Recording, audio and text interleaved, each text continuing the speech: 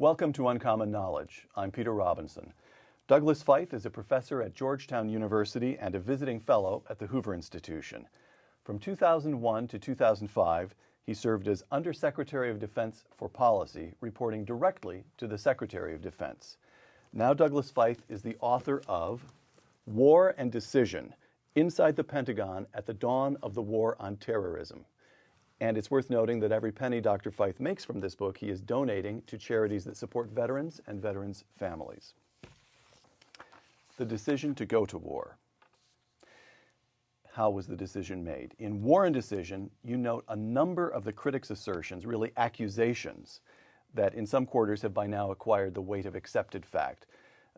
Let me give you a couple.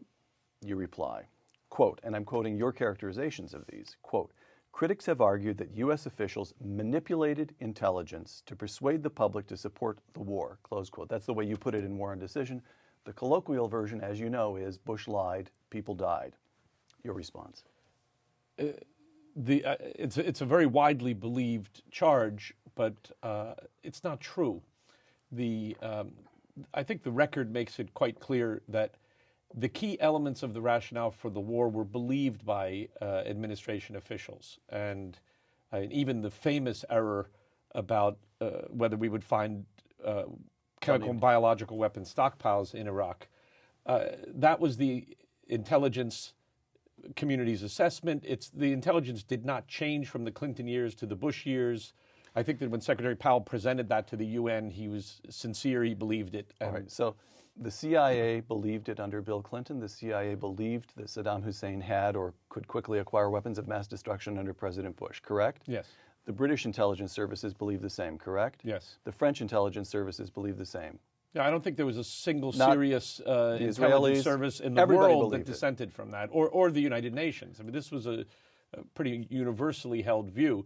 It's interesting, by the way, Saddam's own generals believed that he had chemical and biological weapons. Isn't that one of the things that in the debriefing before he got hanged, he admitted to questioners when he was in prison that he did indeed intentionally mislead some of his own generals. Is that now on the record? Yes. There's a report that was done by the Joint Forces Command based on the interrogations of Saddam and all of his top civilian and military officials. It's called the Iraqi Perspectives Project. Mm-hmm. And that report makes clear that Saddam was doing a complex deception where he wanted to make sure that the people against whom he had used WMD in the past, the Iranians and his own Kurds and Shiites, believed that he had it. And so he persuaded people throughout his own government, and he persuaded people around the world that he had it. But at the same time, he wanted to be able to have an inspection that would not find the stockpiles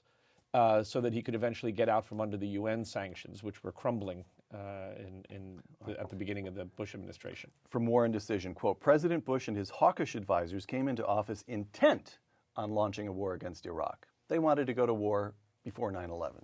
Well, I present that as a myth, not as a... No, that's what I'm giving it to you to respond to.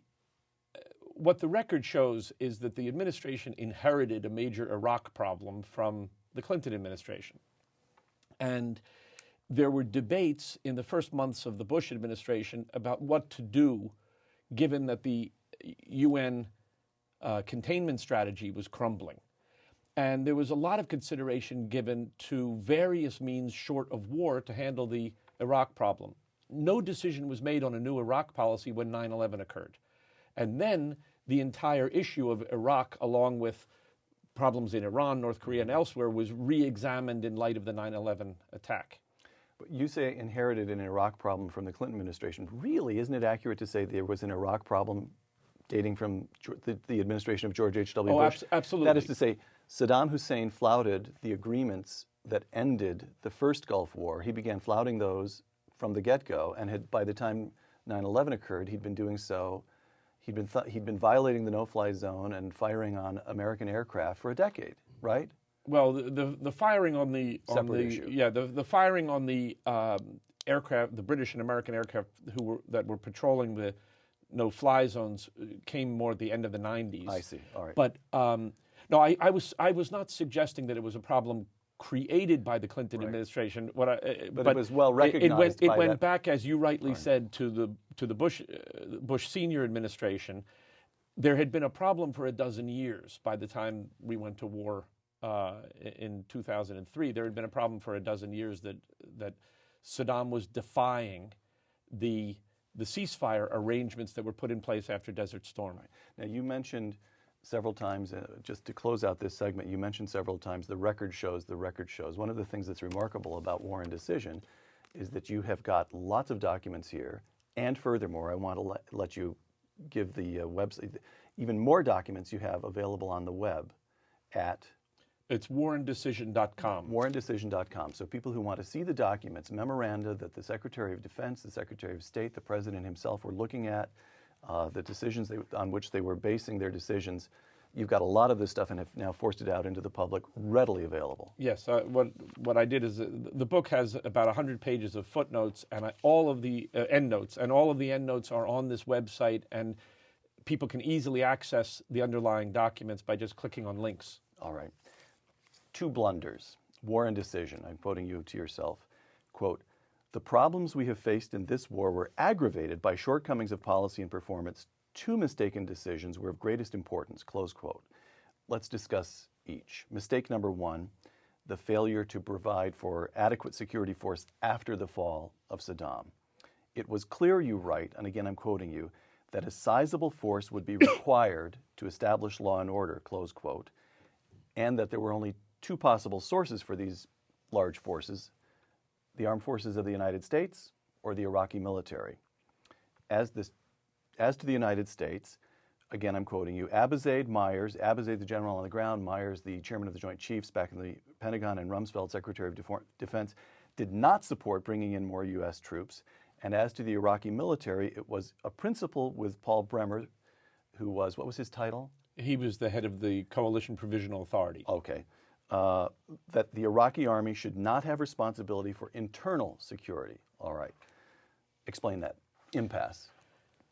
Well, the problem was that there was a difference in view on training Iraqi forces between the CPA, headed by Ambassador Bremer, and CENTCOM, the Central Command.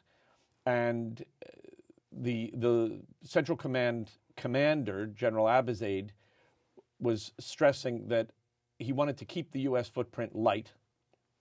There was concern that if we increased the footprint too much of U.S. forces, we would be playing into enemy propaganda that we were trying to dominate the country and run people's lives. And Rumsfeld agreed with that? And Rumsfeld agreed with that. And Doug Feith agreed with that? Right. All right. And but what that meant was, if you're going to have the forces that you need for security, then you need to be rapidly training up Iraqi forces. But that ran into the problem that Ambassador Bremer was objecting, that Iraqi forces should not have a major role in internal security, which is an understandable position if there weren't a big insurgency problem. In other words, in our society, for example, we don't have our military playing a role in internal security, and generally, in a democracy, you don't want your military playing a role in internal security. And if Iraq did not have an insurgency, it would have been better to have a military that doesn't play a role in internal security. But given the insurgency, it was quite important that we get the Iraqis trained up to fight it. Okay, one more question on that line, but on the way to that question, a comment about the book. It is readable, and far from what some critics seem to have supposed, it is the farthest thing from a whitewash for the administration. As to wit, you point out this impasse and let the reader form in his mind the following question. One man could have broken that impasse. Where was the President of the United States? Well, it is unfortunate that impasse was not broken. What I do throughout the book, when it comes to questions like the question you just posed, who's responsible? What I've done in the book is I've laid out an enormous amount of information, and I decided it's better to write a book that's long on information and somewhat short on judgment. Right. And the reason I did that is not that I'm trying to protect people, but we're still in the war. that I'm writing about. And my sense is, as much information as I'm bringing forward in that book, there's going to be even more, I hope, as other people write books and as more of the record gets exposed. And there's time. First of all, anybody who wants to come to judgment quickly, there's ample material in the book to allow people to come to their own judgments. But the grander judgment of history, I think, is going to have to await a certain number of years when we have more information and more distance. I accept every word of that very happily, because one of the things about the book is the sense of integrity. You are writing about what you saw, and you're writing, in a certain sense, you contain your own judgments within your pay grade. You were an undersecretary. I accept all of that. Mistake number 2, and again I quote you, the chief mistake, the one about the too few troops or insufficient security forces, was a subsidiary mistake. The chief mistake was maintaining an occupation government in Iraq for over a year, close quote. Why was that such a bad mistake? I tell the story, it's kind of the main topic of the latter part of the book. I tell the story of how the president set a strategy for Iraq that was a strategy, as he put it, of liberation, not occupation. And there was a widely held understanding in the U.S. government that if we set ourselves up as occupiers as opposed to liberators of Iraq, we would generate an insurgency. Right. And so there was a plan developed, and it was developed within the Pentagon and approved by the president, to give the Iraqis substantial authority for running their own country very soon after the overthrow of Saddam. As indeed we did in Afghanistan. Right. In Afghanistan, we did not set up a U.S. occupation government. We overthrew the Taliban and then put the Afghans in charge of their own country quickly. Now, in Iraq, there were somewhat different circumstances, and we wanted to do a variation on what we did in Afghanistan. Unfortunately, though, because of interagency differences over how we should work with the Iraqi externals, the external opposition to Saddam, the leadership in the State Department and the CIA opposed turning substantial responsibility over to the Iraqis early, and Ambassador Bremer went along with the state CIA view. Let me quote you again from War and Decision. Bremer developed a program that would have deferred Iraqi self-rule for at least a couple of years. Due to Rumsfeld's intervention, the occupation ended earlier, but it still lasted 14 months. Where was the president?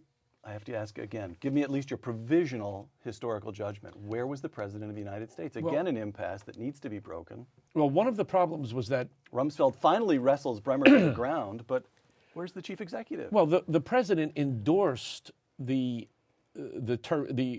termination of the CPA in line with the recommendation that Rumsfeld made in October of 2003. Endorsed the idea of ending the CPA by June of 2004. But the problem was that Ambassador Bremer was actually over in Iraq for a number of months before it became clear that he envisioned keeping the CPA in office as the occupying government of Iraq for more than 2 years. When Ambassador Bremer went over, one of the things that I think is one of the more fascinating things I deal with in the book is there were problems of communication, problems of misunderstanding, problems of crossed wires, and we wound up paying a very serious price for this because we had an occupation government for 14 months. And one of the points I make is at the beginning of that 14-month period, we had problems in Iraq. But at the end of that 14-month period, we had a full-blown insurgency. Right. Next segment, intelligence. Both the mistakes we just discussed, you write, quote, had their roots in poor intelligence. This, to me, I'm about to quote this simple declarative English sentence, and it stopped me cold. It is one of the most arresting sentences in the entire book. Quote, the CIA actually knew very little about Iraq, close quote. Saddam Hussein had been in flagrant violation of the no-fly zone since the end of the first Gulf War a decade earlier. In 1998, during the Clinton administration, it became the official policy of the United States to effect regime change sooner or later in Iraq. But again, quote, the CIA knew very little about Iraq. How come? Well, this was a major focus of the Silberman-Robb Commission, which was set up. Former Senator Chuck Robb and Judge Larry Lawrence Silberman. Right. And the Silberman-Robb Commission was a bipartisan commission. I believe their mandate came from the Congress, and they produced a report after a lengthy. They were specifically mandated to look into intelligence failures. Right. Correct. Right. Right. And one of the things they pointed out in their report was the CIA did not have, I believe, a single agent dedicated to the WMD issue in Iraq before the war. I mean, not one. And the Silberman-Robb Commission criticized severely the CIA for not devoting the resources to this problem that it clearly warranted for the reasons that you just outlined. Well, when you were at Defense, did you sense that the CIA had simply let you down? Well, we had differences of view. I must say, you are. Again, I find this completely admirable, but you don't. What I don't find anywhere in this book is anger. You have right to be furious with any number of people, but particularly the intelligence operations. No? Well, I mean, I think I'm pretty critical of the CIA, and I catalog errors that they made. You're a better human being than I am. Anger's not the most useful way to approach this. All right, two quotations. Daniel Dresner in the New Republic, writing in 2003, quote, "The CIA is in open revolt against the White House," close quote. William Crystal of the Weekly Standard just a year ago, quote, "A small group of unelected bureaucrats from the CIA, including some close to CIA Director George Tenet, leaked almost daily against the White House," close quote. Question, is it not the case that it wasn't just that the CIA didn't know much about Iraq, but that as the war got underway, the CIA engaged in a persistent and determined campaign to justify itself and to undermine the policy of the President of the United States? Yeah, I think that's correct. I lay out in my book the many articles that cite anonymous senior CIA and State Department sources saying things that are extremely harmful to the administration and to our policy in Iraq.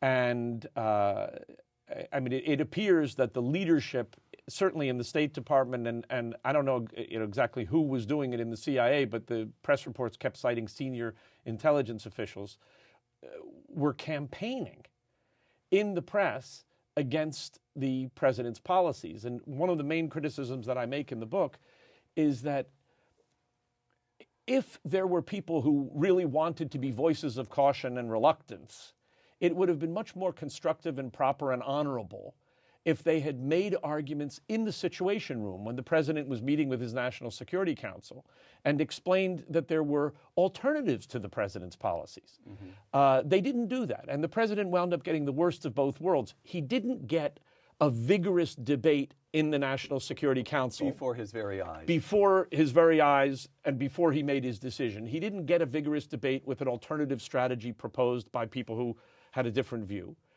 Nor did he get loyal, wholehearted implementation of his policy after he made his decision.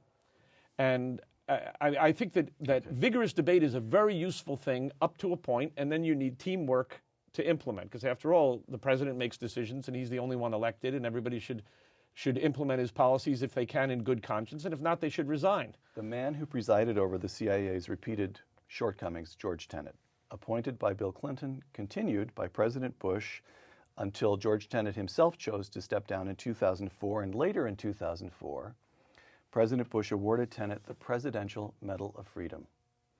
What was the president thinking in continuing him in office and then awarding him? Well, I think in continuing him in office, he was probably thinking that the CIA should not be a political organization. And but it was a political organization. Well, you asked me what do I think the president was probably thinking. I don't know. Here's what's going on. I read this book, and I think to myself, Feith is an honest man. He's an intelligent man, and Lord knows he has the work ethic. All of this reflects well on Rumsfeld. It reflects well on a number of people. But over and over again, well, the impasse over troop strength, the impasse over the length of time of occupation, and the CIA becomes in virtual open revolt. It just occurs to me over and over again that you lead the reader up to, I'm not suggesting that there's anything sly or coy about the way you're writing, but this book, at half a dozen points, the unasked but obvious question is, where was the President of the United States? Well, I mean, this is a book that basically says that the President deserves credit for having come up with an important new strategy for dealing with the terrorism problem after 9/11. He did a serious job in analyzing the risks of removing Saddam from power versus the risks of leaving him in power. But there is no question the war didn't go well, and there were major problems. And these are problems that occurred within his administration. And he had problems of divided government. He had problems of poor intelligence. He had disastrous problems of strategic communications. And there strategic communications. Let's a segment unto itself. The failure of strategic communications from War and Decision. Again, I quote you to yourself, Doug. When U.S. officials began to despair of finding WMD stockpiles in Iraq after Saddam's overthrow, their embarrassment apparently caused a radical shift in administration rhetoric about Iraq. Now, in a couple of sentences, explain what you mean. Before the war, what the President explained to the public in speech after speech as the rationale for the war in Iraq was a range of threats that the Saddam Hussein regime posed. Threats of aggression, threats of support for various terrorist groups, threats of WMD. An element of the WMD threat was the belief that we would find chemical and biological weapon stockpiles, as the CIA said we would after the overthrow of Saddam. The critical point you're making there, which you document in the book, is that the threat of WMDs was one item on a list. There was a basket of reasons why Saddam Hussein's regime was intolerable to the United States. Exactly, and they all related essentially to different kinds of threats to our interests. Right. What happened was, when we failed to find the WMD stockpiles, which was one aspect of the broader rationale for the war, there was a stunning shift. And I have a chart that actually shows numerically the shift in the president's rhetoric, how many paragraphs he devoted in each of his speeches on Iraq to the different subjects. There was a shift from discussing the threats that the Saddam Hussein regime posed to discussing only the future and the promotion of democracy. And I think there were some terrible consequences that flowed from that shift in rhetoric. One of them was the president undermined his own credibility because he was seen to be changing, apparently the rationale for the war, and the public noticed it. And so I think it hurt the president's credibility. Secondly, by making it clear that he wanted to focus only on the future, he induced the critics of the war to focus exclusively on the past. And so the critics of the war knew that if they attacked the president on things relating to pre-war intelligence or the post-war planning done before the war, they would not be contradicted by the White House. And so it had the opposite of the effect that the White House intended. It focused the public debate, which was steered by the critics of the war, almost entirely retrospectively. Someplace in the White House, go ahead. But thirdly, and most important, what the shift of rhetoric did was it changed the definition of success in Iraq. And it changed it in a way that moved the goalposts away from us. The original rationale for the war was to end these threats. And when the president changed his rhetoric, he effectively changed the definition of success, not at removing the threats, but at creating a stable democracy in Iraq. Okay, so under the first rhetorical framework, it's good enough to get a government in Iraq that no longer is trying to do damage to the interests of the United States. There's no longer launching aggressions against its neighbors, supporting terrorism, pursuing WMD. And under the second rhetorical framework, our job isn't done until Iraq turns into Belgium.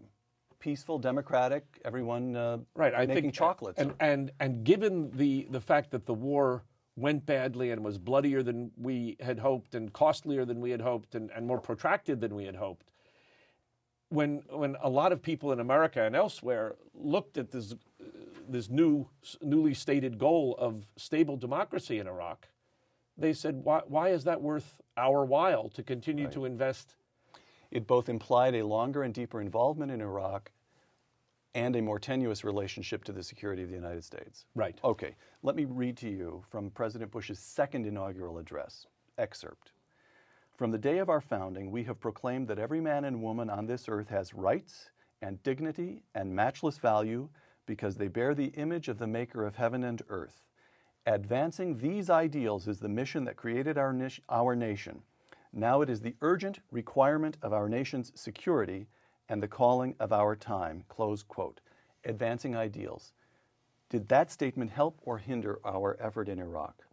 Well, I think what's important about this statement is that there is, I think, a strong national security argument that U.S. interests are promoted when democracy is growing and spreading in the world. And I explain that argument in the book. But I emphatically say in the book that spreading democracy is not a justification for going to war. And so the point that I'm trying to make, I do not oppose the president in saying that the United States has an interest in the world becoming more democratic. I think the American people benefit. I think their own civil liberties are more secure. I think it's good for our prosperity, and it's good for our security if more countries in the world are democratic. But I do not believe that we should be launching wars to spread democracy by the sword. I do not believe we did that in Iraq. And when our critics argue that the reason we went to war in Iraq was to spread democracy by the sword and launch a political experiment in the Middle East, I think they're wrong. And the record, which some of which I reveal in the book, doesn't support that argument. Give me 2 or 3 sentences of what the president should have said.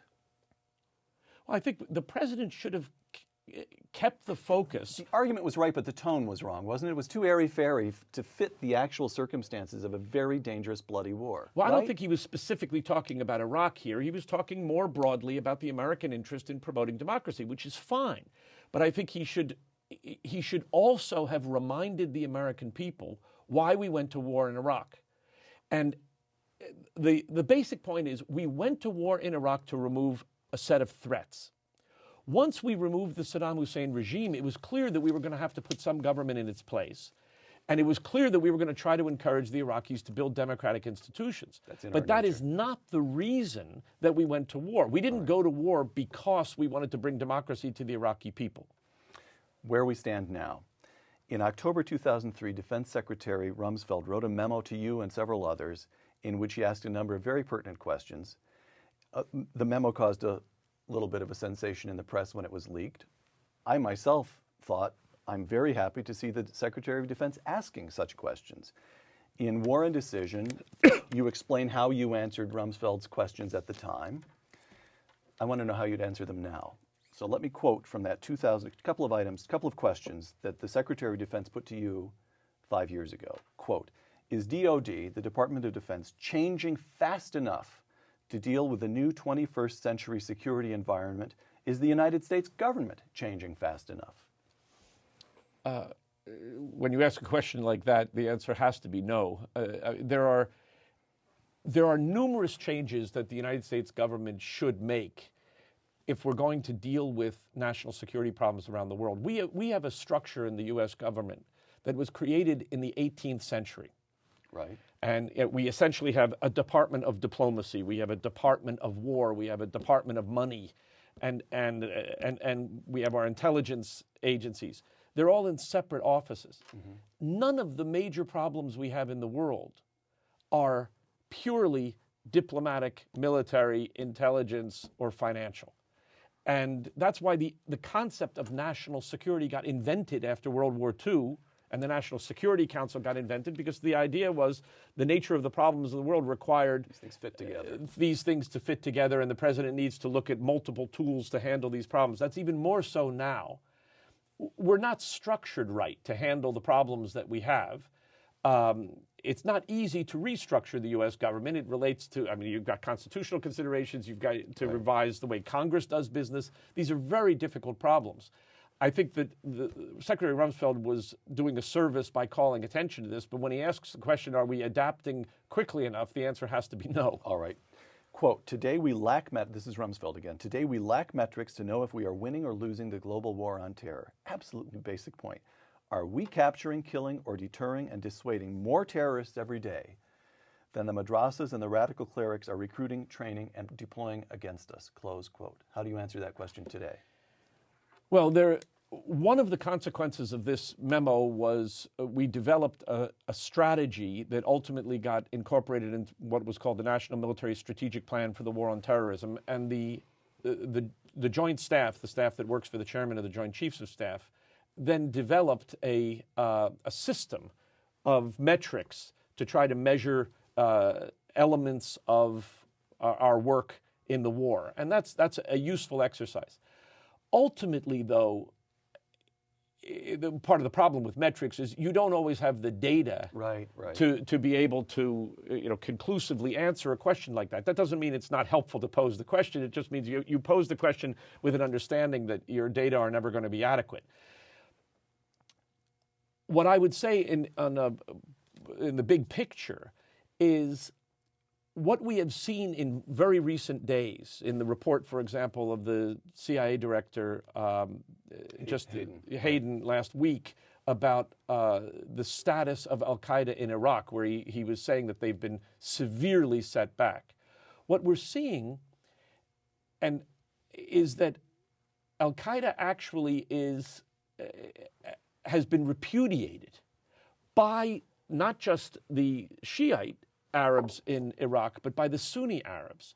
And it's very possible that at the end of the day, as useful in some ways for recruiting and anti-Americanism as the Iraq War has been for the anti-Americans and the jihadists in the world, it may wind up becoming a major setback for them because of their defeat in Iraq. And very, very briefly, CIA has gotten better?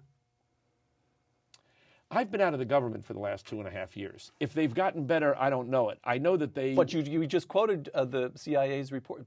Please tell me you repose some confidence in the CIA's report issued just last week. It sounded right, but the CIA needed a lot of help. I mean, they had some major problem. I mean, if you want to see, if I could make you dictator for 30 minutes, would you simply say the Central Intelligence Agency was so specific to the Cold War, to an era which is now past, and so difficult to reform that really what we should do is just abolish it and come up with a new intelligence agency altogether? Would you just wipe out the CIA? Well,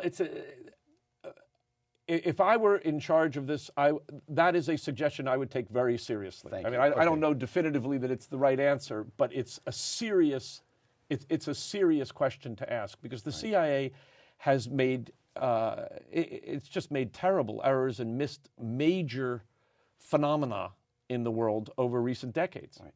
Doug, final questions to close out our interview here. Clare Boothe Luce used to say that history would allot even the greatest figures only a single sentence. Abraham Lincoln freed the slaves. Winston Churchill defeated Hitler. Let me give you a handful of names and ask you to give me one sentence. I'm asking you to engage in an enormous act of compression here.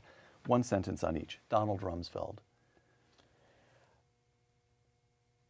He tried heroically to change the bureaucracy in the Pentagon to focus on the future. All right. Paul Bremer. I have a mixed view of Ambassador Bremer. I think that he from you, Doug, those are fighting words. He's been criticized, I think, unfairly on a number of important points regarding de-Baathification, dissolution of the Iraqi army, and I defend him on those points in the book. But I do think that he was instrumental in the single biggest error that we made in Iraq, which was the maintenance of a protracted occupation. David Petraeus. I think he's doing brilliantly. George W. Bush. If you're talking about the kind of perspective of history 20, 30, 50 years from now, looking back on the one sentence on George Bush, in the national security field, that one sentence may be, the United States got hit on 9/11 in a way that was extremely serious and boded very ill for American security going forward, and he put in place a very vigorous, ambitious, unprecedented strategy aimed at preventing the next attack. And here we are coming up on 7 years after 9/11. And the main goal that he set in the hours after 9/11, preventing the next attack, he's achieved so far. Douglas Feith, thank you very much. Doug Feith is the author of War and Decision, Inside the Pentagon at the Dawn of the War on Terrorism. I commend it to you. The website where the documents are available again is simply www.warandecision.com. I'm Peter Robinson at the Hoover Institution for Uncommon Knowledge. Thanks for joining us.